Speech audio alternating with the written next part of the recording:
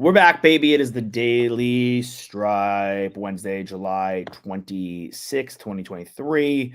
Crazy news coming out of the NFL. A lot of record-breaking extensions. Justin Herbert, the man with the plan, now in Los Angeles, the highest-paid player for the team, and a record-breaking extension for quarterback. Andrew Thomas, left tackle, New York Football Giants. Record-breaking extension, 5 years, $117 million. Some other extensions: Diggs, the cornerback for the Dallas Cowboys, $97 million over 5 years. That's his extension. Titus Howard getting $56 million offensive tackle from the Houston Texans. And Cole Kmet, tight end, maybe fantasy breakout for the Chicago Bears, getting 4 years for $15 million. No running backs, but a lot of players getting paid. Yeah, getting paid for sure. It's that time of the season where guys are. Are you buzzing in there? No, I'm giving you a notice to turn your mic. I would say that I love the Justin Herbert deal.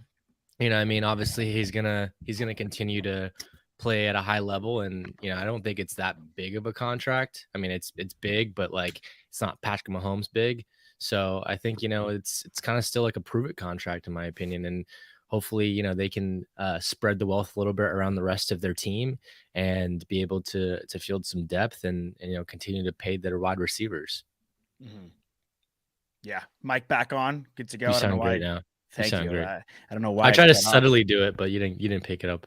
I didn't know if you were tagging in, if you were pressing to jump in or not, but because it is your guy. But it's very exciting for the Chargers. But a window that we talked about, a window that they, quite frankly, at a point had a massive advantage on because their quarterback rose so quickly to the ranks, the highest of ranks.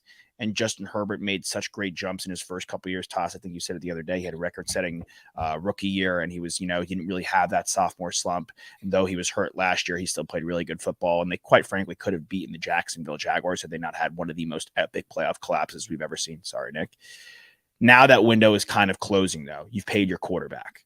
So this year is really a big year in which the Chargers can get it done for them to rise and shine and really, hopefully, if not take over the AFC West, at least show they can get to potentially the divisional round and maybe the AFC Championship. Because that team is capable of doing it if everyone's fully healthy. They have all the pieces. You have arguably the best safety. You have an unbelievable wide receiver trio if Johnston's what we think he can be. Eckler is one of the best, if not the best, receiving back in the NFL.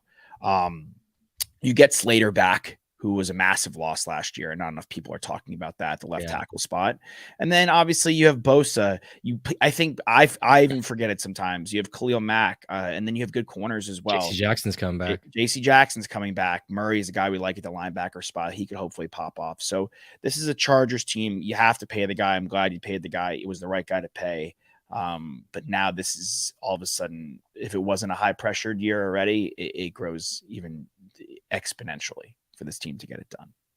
Yeah, for sure. I mean, pressure is on. I mean, the pressure's been on, especially with, guys with expiring contracts, with Staley being on the hot seat, just having Justin Herbert. When you have the luxury of having a quarterback like him, it's also, somewhat of a burden to make sure that you have to get something done while he's under contract with you. This opens up the window a little bit longer, but yeah, I mean, look, how much longer are we going to keep saying that, this is their year. This is their year where they finally break out and then nothing happens. Something's got to change. Mm-hmm. Yeah, absolutely. Toss. Yeah, not much else to add. I guess just a question for Nick. Nick, do you think that Herbie is going to be a Charger for life or nearly life, maybe in the last 2 years of his career? He goes to another team or something like that, but for all intents and purposes, like same trajectory as Phil like Rivers. Philip. Yeah, I would say that's probably something. I mean, that's not necessarily even on him. I think that's just like the organization, where it's like nowadays you have a guy like that on your roster, who knows the team, who's comfortable, who puts, jersey sales, just flying off the shelves. You have to. Very unproblematic as well. Which exactly. And it's easy, the little cherry on top that he grew up a Chargers fan. So he also doesn't seem like the type of guy, just personally, who's just like, yeah, I want to jump ship, or yeah, I want to go to New York, or I want to go to Miami. Like that's just I feel like he just wants to play football and Dude, win. he As went long back. as long as they are winning 7+ games every year, I think Sure. They will I be. think They if- will be with him. right. They should be. Yeah. Yeah. He threw for 5,000 yards his second year. Like, forget Pat Mahomes for five. Let's forget Pat Mahomes and his, ridiculous play and gaudy numbers and unbelievable accomplishments. Take him out of the picture. What Justin Herbert has done in his first 3 seasons is unbelievable. Oh yeah, No- I mean breaking records left and right. Yeah, and for me, he's a guy that could have been a top 10 pick, but he went back to school, and everyone's like, "Oh, why is he going back?" and calling all these questions on it. But he went back. He played more football for a university he loved. Played great football. And how often have we seen people strike out and miss on first-round quarterbacks? How often have we seen All time. all the time? Like, we're sitting here. Well, I would say on the flip side as well. Like, okay, he's played amazing. He's broken all these records. Pro Bowl caliber talent. Some people are saying he could be a top 5 quarterback in the league. We'll see what happens. In 3 years, though, for a normal rookie, right? Let's just say Anthony Richardson. Let's say CJ Stroud. Let's say Bryce Young. Let's say any of these guys. You don't have as much scrutiny as you do when you're like Justin Herbert, because he's playing so well. Like, people are saying like, oh, he's got to get it done, right? Like he's getting to the playoffs, but hasn't been able to actually put together a winning season. Hasn't been able to get to the Super Bowl, right? Joe Burrow's already done it. Patrick Mahomes won before. We're comparing them to greats right now. Like, most quarterbacks in their careers, the great ones, that is, it took 5, 6, 7 years to finally get there, So I think that there's just this extra little jab that people take because he has been so talented, right? When like you're not really giving that to Mac Jones, you're like, I don't think there's an unrealistic expectation now for Anthony Richardson or for Bryce Young. Yeah, but it's like the kid in the class, like growing up. It's like, oh, I can't believe you got a 90. I'd be like, you like, okay, I got a 90. Like, the rest of the class is getting 80s and 70s. Like, what's the big deal? It's like, But you're different. But you're different. Like, it was like we had a kid in our chemistry class who got like he aced everything. This kid aced everything. He was a doctor now. He got a scholarship to like Boston College. What kind of doctor? I don't know what kind of doctor he is, but he got into Stanford. The dude's a genius.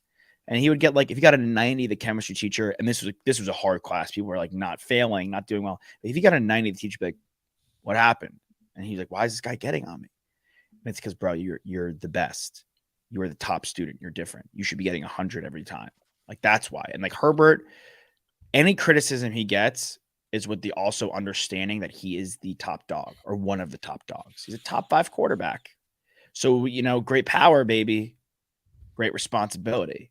Like, if he was a Mac Jones level player, he wouldn't be getting the same kind of criticism. Like, Mac Jones is all of a sudden now in year 3, and we're like, all right, is he going to survive as the Patriots quarterback, or are they a dark horse for Caleb Williams, Drake May? Are they going to have to move on from him if he can't get it done with a new offensive coordinator and a revamped offense? Like, those are the questions surrounding Mac Jones. The questions for Justin Herbert are, okay, can he get to the Super Bowl? Can he get past Burrow, Allen, Mahomes? Can he jump into that group, or is he going to get jumped by Trevor Lawrence? Right. Yeah. I mean, look, it's the price you pay for greatness or for being super talented.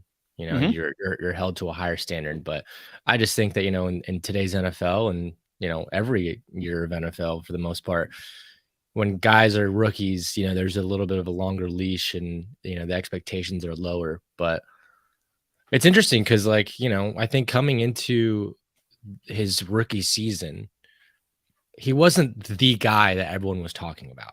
He was like, oh, he's like the 3rd, 4th quarterback, like Tua was taken ahead of him. Joe Burrow was taken ahead of him. People were thinking like, you cried on the couch, dude. Do not cry. You were upset that it happens. I've been there before. I was like unsure. You know what? You might have been angry. 2 days later, I bought a t-shirt jersey. So you did. But yeah, it's definitely. It's like when Chris Bosh signed with the Heat, everyone was like, okay, Chris Bosh signed with the Heat, they got an all-star. When LeBron signed with the Heat, I know the decision on national TV, people were like, throwing burning jerseys, throwing fits. It's when you're excellent, you're held to that different standard. And people maybe were a little sour on him because it was tank for Tua. Burrow had that unbelievable season. And I guess it felt in some respects that the Chargers were getting like the third option. But we had Ryan Leaf sit here and tell us one time that, hey, like this kid Herbert is going back to school for a good reason. He's going to be excellent. Be patient. This really is the guy that could be. And we know like Ryan has a bit of a Pac-12 bias and a bit of a size bias at times, but he was right. He's like, look, he's going back for the right reasons. He's going to be fine. Don't believe what you're seeing in the media. And Herbert has been nothing short of fantastic for the Chargers. Like this is not, and he's been healthy. Like I know we talked about the rib injury, but he's played 17 games the past 2 years. Yeah, I do think that his level of criticism sometimes borders on unwarranted, while y'all are saying he is a fantastic talent and he has been tremendously productive in his first 3 years of his career. There are those out there, and I would say that they're probably like not knowledgeable football fans and not necessarily watching every single Chargers game every week and seeing what this guy does on the field, which any given play can look quite miraculous, coming out of that, the ball coming out of that guy's hand. And I think he's at a point now where, look, we did our QB rankings. I think we had him 4. I think a lot of people have him lower than that right now. And I don't necessarily think that it's the right ranking, but it's the reality of his team's performance. And at the end of the day, winning is what matters most in football, winning in the playoffs, getting to a Super Bowl, getting to a conference championship.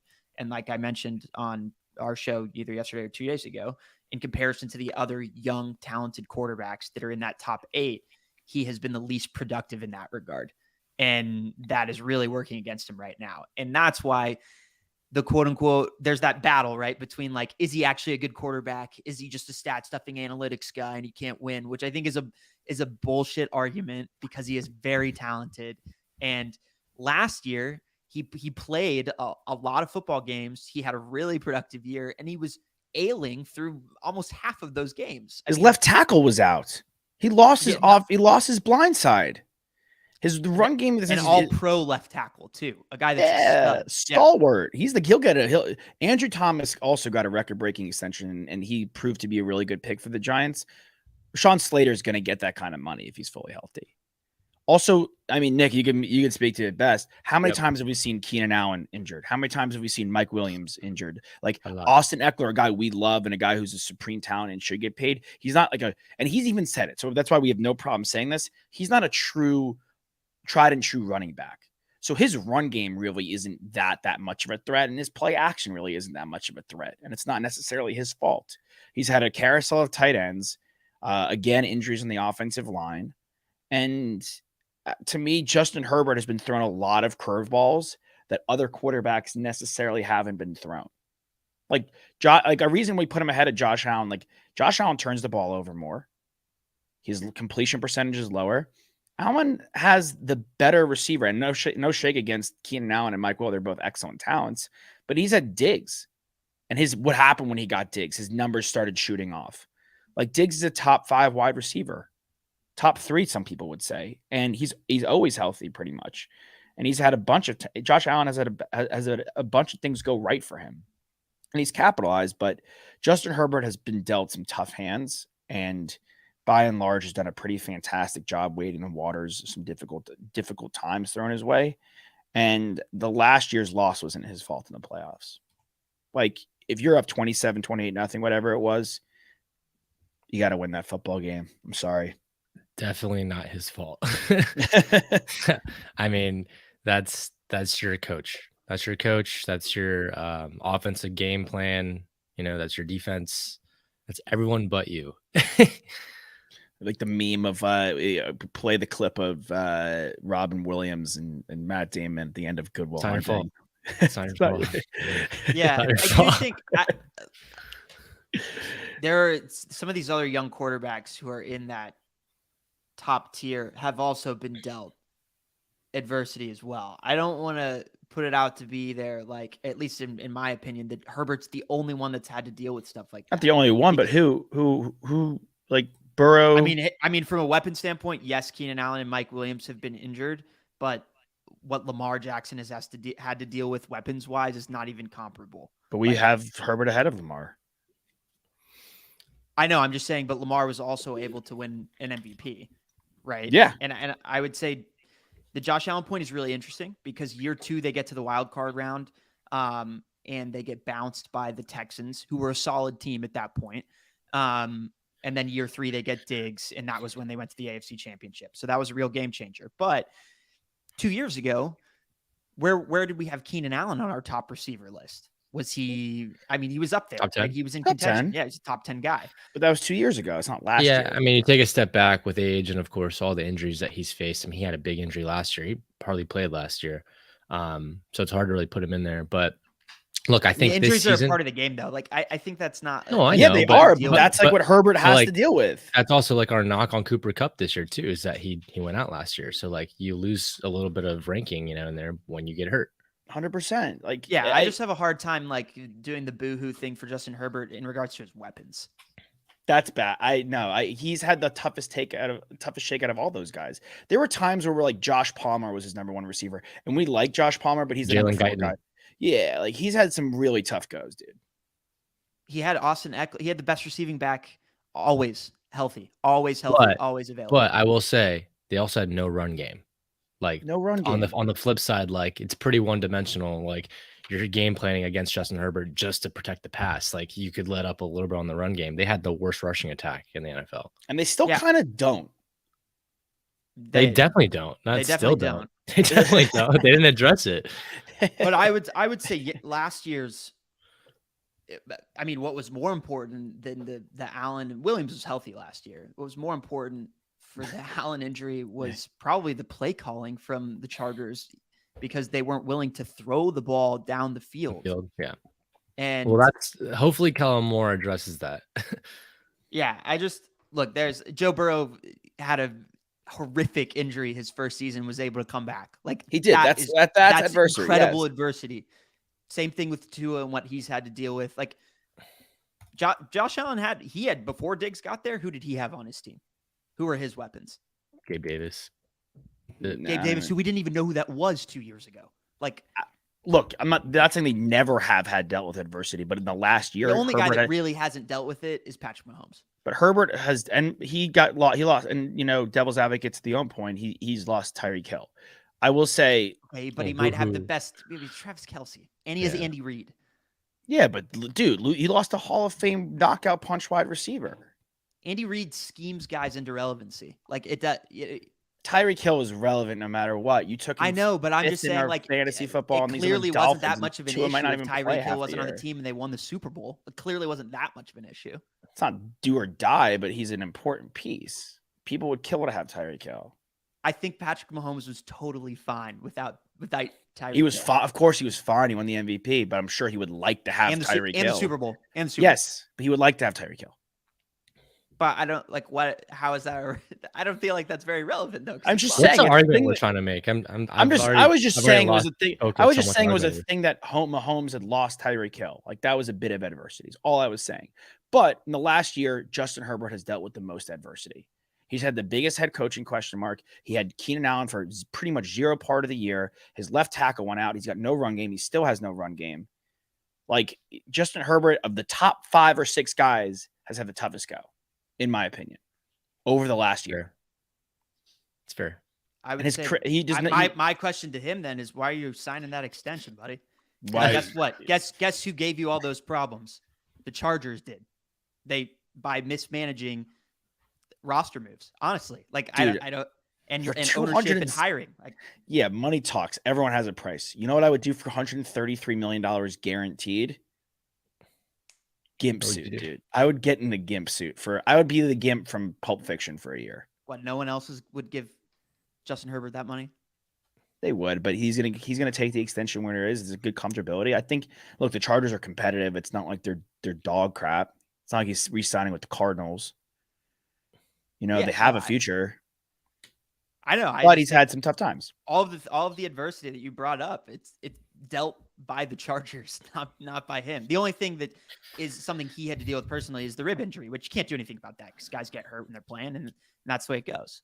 Yeah. I will say though, if you're looking at an organization of what they're trying to put in front of their quarterback to make them happy, to protect them, to give them weapons, the Chargers have done all all they can within the last couple of years to really make sure that he's comfortable there, right? Like it wasn't really the same thing with Aaron Rodgers back in the day where they would refuse to take a wide receiver in the first round, or they weren't building the offensive line that well. Like right now, they took Quentin Johnston last year or this year in the draft. The year before that, they took Zion Johnson in the first round as their guard. The year before that, they took Rashawn Slater.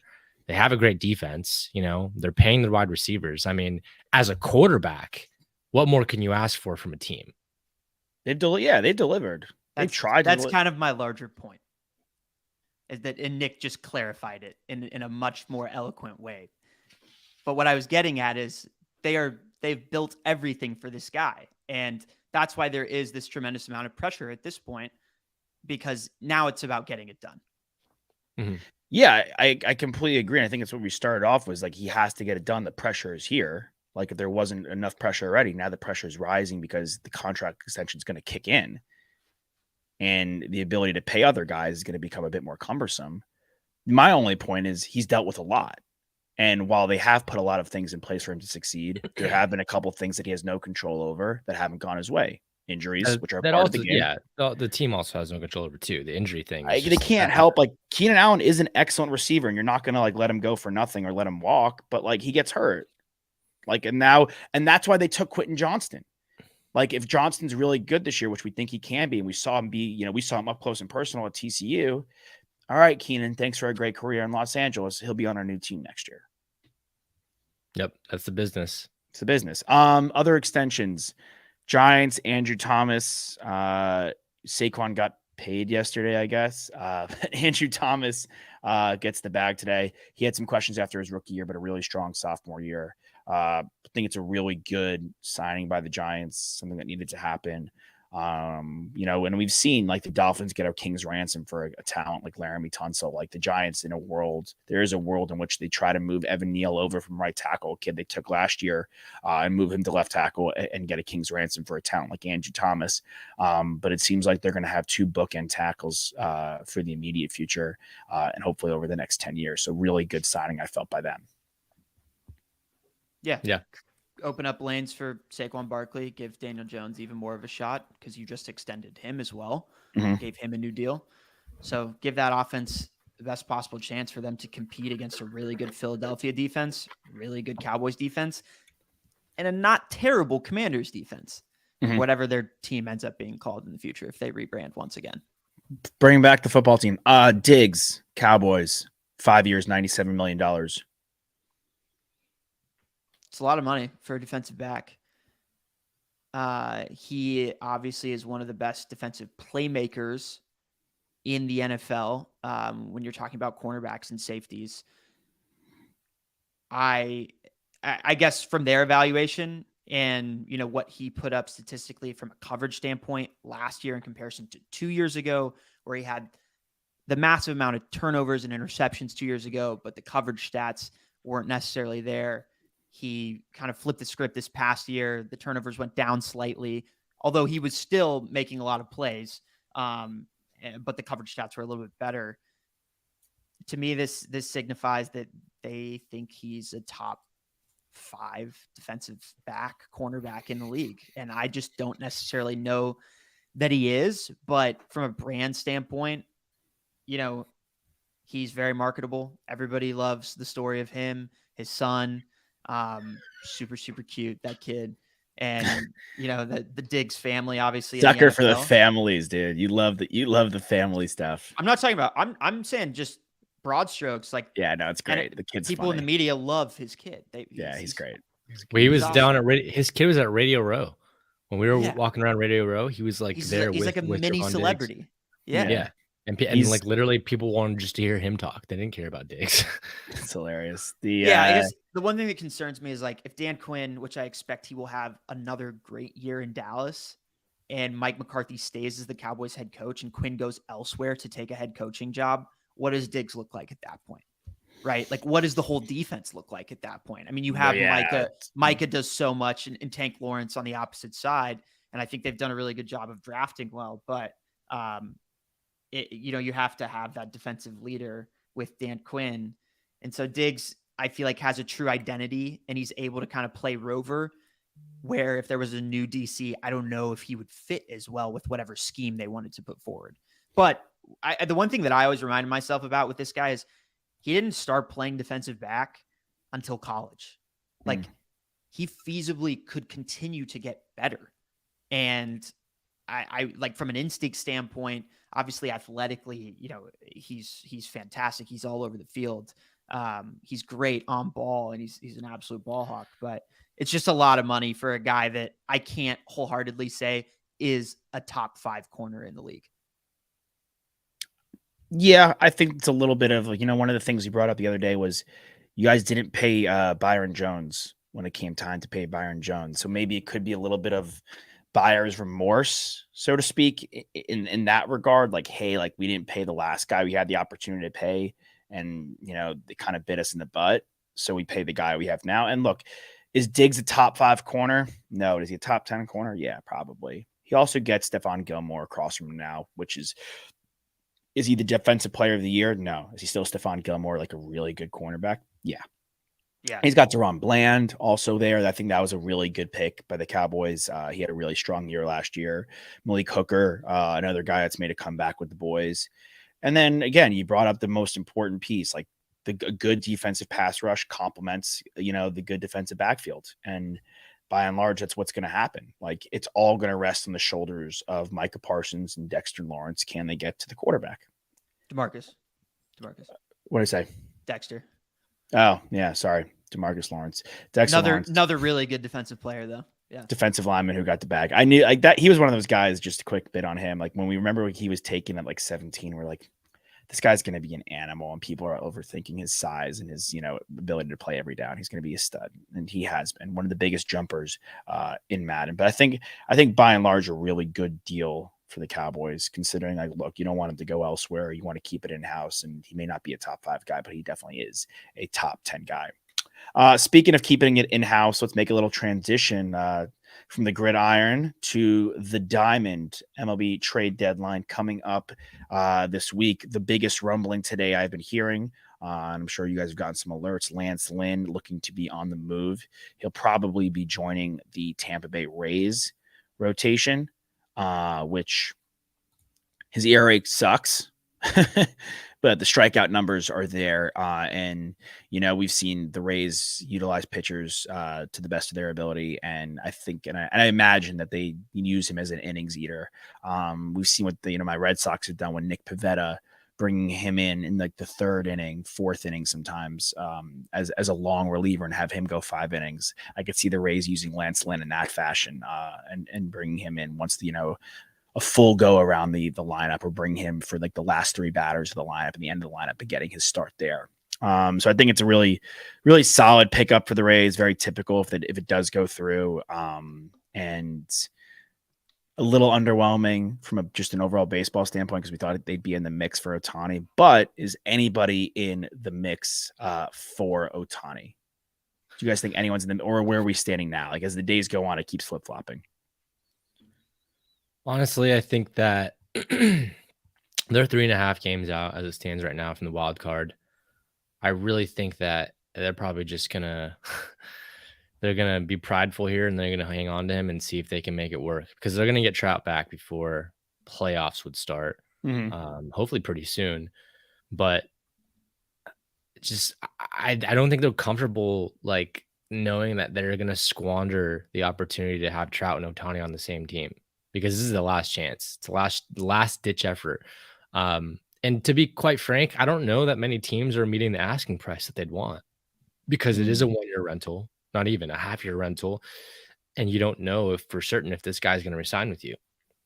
So if you're a team on the East Coast, like the Red Sox, the Orioles, the Braves, the Rays, all these teams the Rangers, like teams that we've mentioned before to possibly be in the mix for him, that are contenders, that have, good farm systems that could pay the price.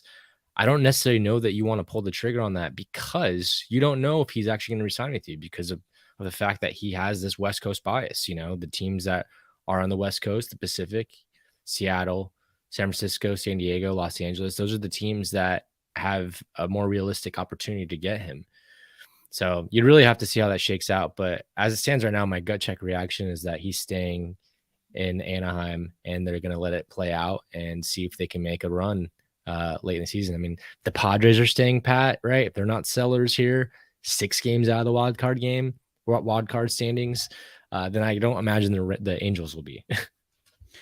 Yeah, I think it's a lot of the Pods are 6, the Mets are 7, Cardinals are 10. Cardinals are selling. It's over.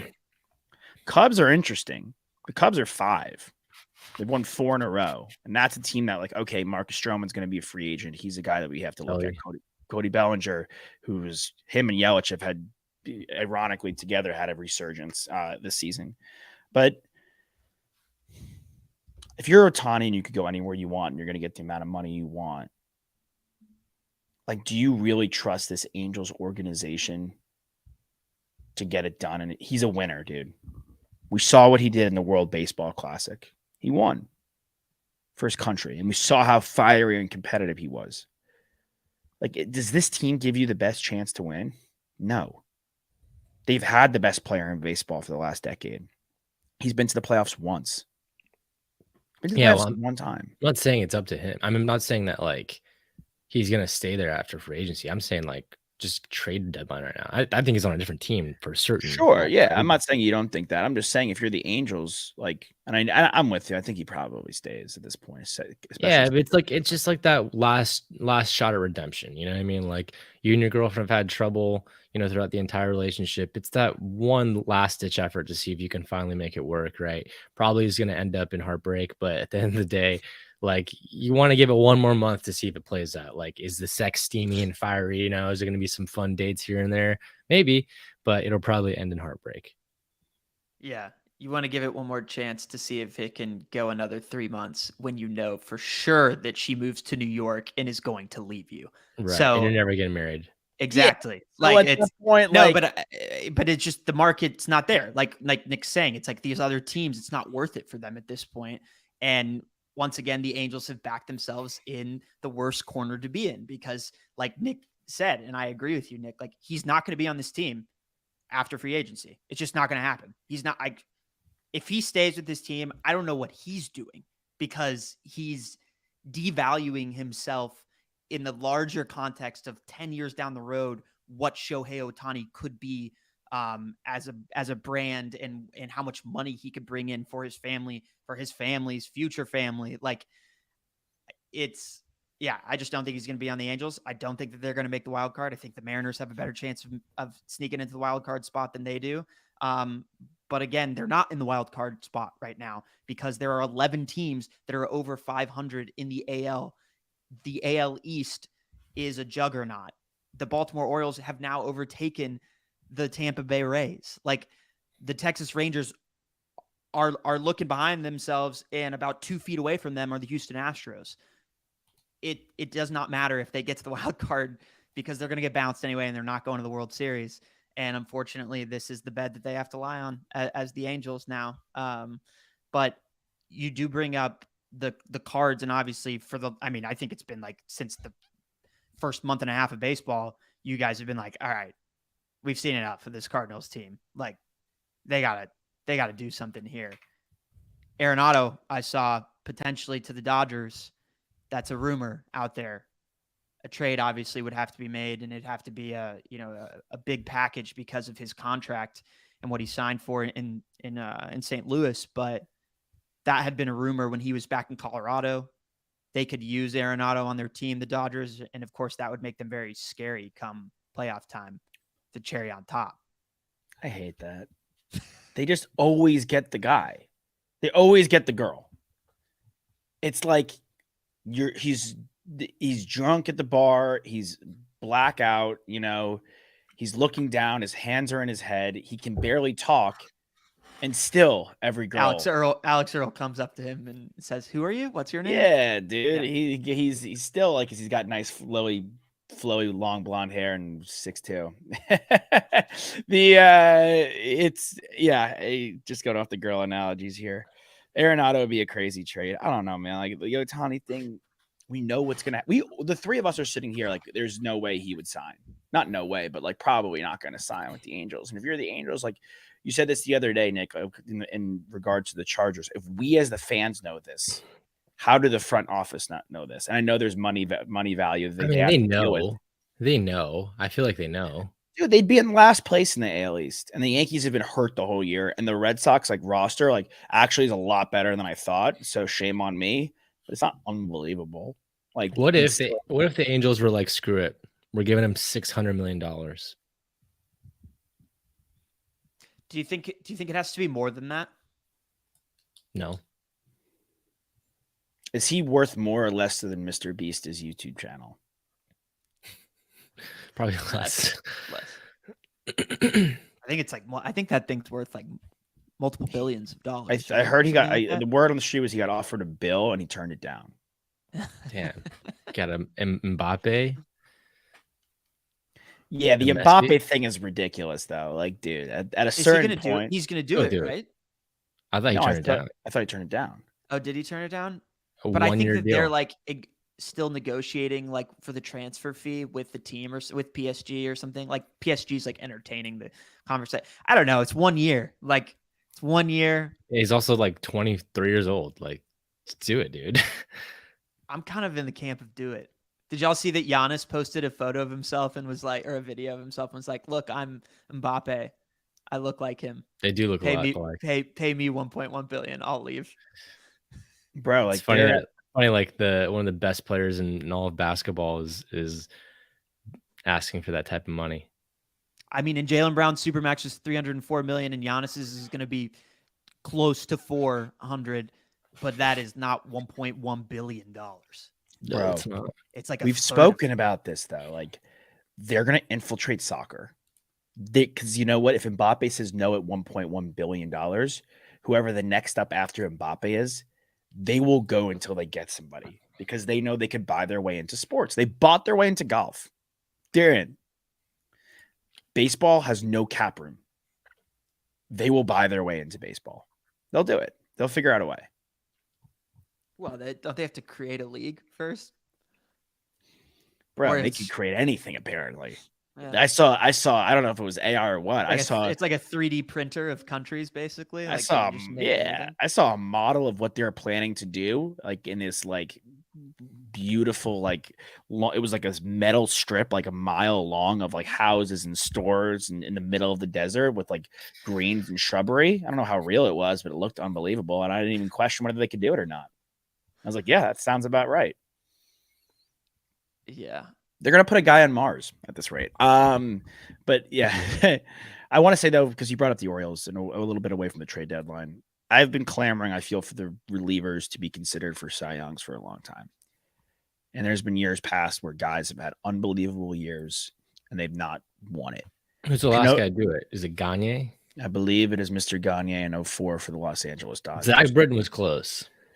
Yes, Nick. That was the guy I was thinking of. Ironically, on the Orioles. To me, Alex, it seems like you're most impressed with the Baltimore Orioles, as you should be. It's like the best team in baseball. Like, and I think a lot of it is, yeah, they are the second best team in baseball, and they're arguably the hottest team in baseball. You know, and look, Wells, Kremer, Gibson, like these guys have been good. Bradish, they've been good in the rotation, but they haven't been lights out unbelievable. They don't have a true ace at the top of their rotation. It's a lot of it has been on the shoulders of Cano and Batista. And Cano has been great. He's but a 1.82 ERA, a 0.97 whip, which is pretty ridiculous. He's walked 6 batters in 49 innings. Like, that's pretty remarkable. But Batista, dude, like 49 innings. His whip is 0.86. His ERA is 0.92. In 49 innings, he has struck out 96 dudes for a case per 9 inning of 17.6. He's got 28 saves. I know we say bullpen's a luxury and it's an asset you can trade, Bednar for the Pirates, but the best teams in baseball, by and large, always have a really strong bullpen. Like Marion, it's like yes, they had Jeter, Posada, Bernie Williams, the Rocket at points, Andy Pettitte at points, a lot of good pitching at points. One of the biggest stalwarts for the Yankees dynasty is Mariano Rivera. It's a reason he's the first player ever in the history of baseball, not Ken Griffey Jr., not Derek Jeter. Mariano Rivera is the first player in the history of baseball to receive 100% on the Hall of Fame ballot. He was that important to the Yankees dynasty. Batista, I'm not saying he's Mariano Rivera, but he's been that good this season. If his ERA is lower than 0.9 by the end of the year, he should win the Cy Young. Okay, so I just very quickly looked up an article that's written by a guy named Monty Selly, and he was just saying like the years in which relievers won the Cy Young, which prior to 03 when Gagne won it, obviously, we're talking about a long time ago, is that other things have to happen in the way that voters look at these awards. Is there a dominant starter in the league right now in the American League? There's on a contending team. Garrett Cole. Cole and Eovaldi are your best bets to outdo him, but neither of those guys are putting together a season where I'm so blown away that they have to win the Cy Young over this guy. He's on the best team of those three teams. How many saves does he have? 28. So he's not going to set any sort of record there. No, presumably he won't. Are any of the starters like Cole, like Eovaldi, not going to hit like traditional yardstick measurements like 20 wins, 200 innings pitched, 200 strikeouts? Eovaldi is leading the league with 11 wins, tied actually. McClanahan also, he's been hurt. He's had injuries. He has 11 wins. Cole has 9 wins.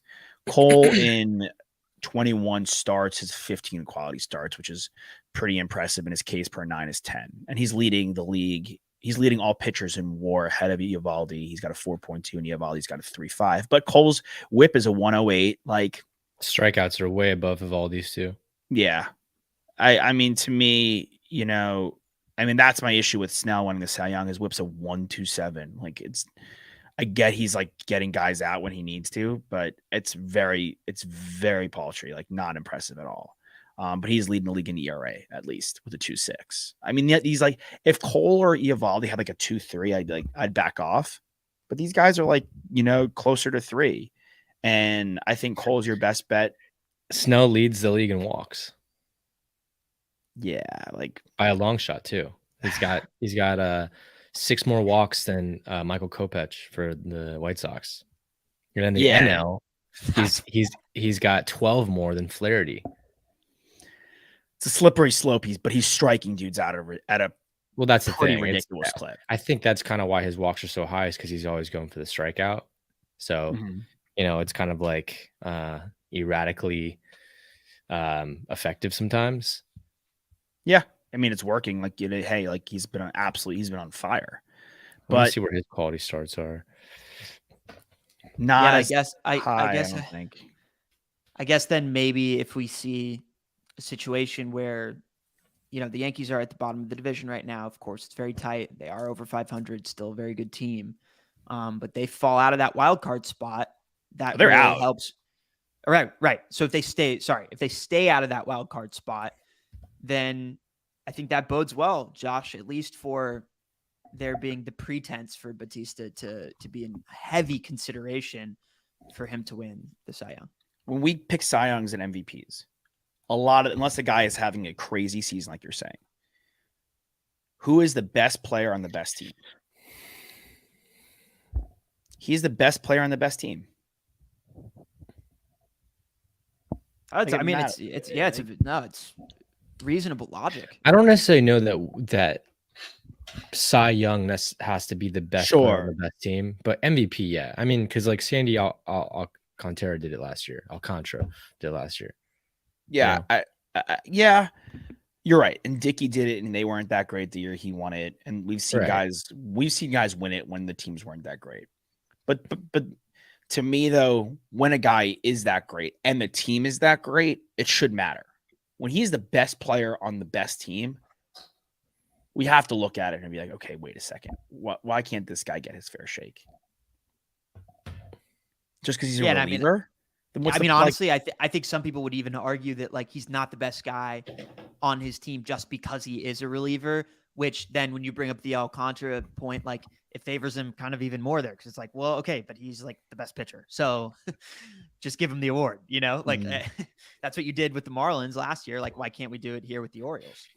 I don't know. It's interesting, and it would be really, really cool. I mean, since 2003, 20 years later, it took for a reliever to win the award again.